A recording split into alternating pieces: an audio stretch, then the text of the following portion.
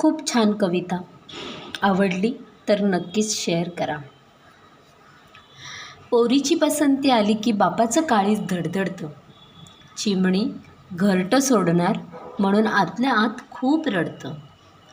हसरे खेळकर बाबा एकदम धीर गंभीर दिसू लागतात. पोरीला पाणी मागण्यापेक्षा स्वतःच उठून घेऊ लागतात. या घरातला चिवचिवाट आता कायमसाठी थांबणार असतो. म्हणून बाबा लेक झोपल्यावर तिच्याकडे पाहून रडत असतो. अंबूच्या लिंबूच्या करत करत मोठी कधी झाली कळलं नाही. बाबा सांगतो तिला सोडून मला पाणीही कधी गळलं नाही. दिवसातून एकदा तरी मायेने जवळ घ्यावं वाटतं. परक्याचं धन असलं तरी द्यायला मात्र नको वाटतं. उठल्यापासून झोपेपर्यंत बाबांची काळजी घेत असते. आज न उद्या जाणार म्हणून पोरगी जास्तच लाडाची असते. पोरगी जाणार म्हणलं की बाप आतून तुटून जातो.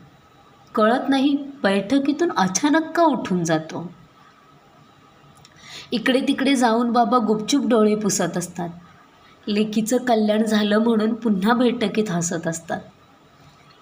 तिचा सगळा जीवनपट क्षणाक्षणाला आठवत राहतो.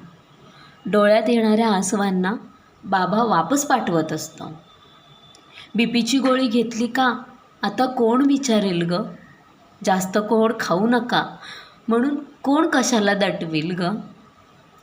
बाबा कुणाचं ऐकत नाहीत पण पोरीला नकार देत नाहीत. तिने रागात पाहिलं की मग ताटात गुलाबजाम घेत नाहीत. एका अर्थानं पोरगी म्हणजे काळजी करणारी आईच असते. पोटचा गोळा देणाऱ्याची कहाणीच फार वेगळी असते. आवडली तर नक्कीच शेअर करा. थँक्यू.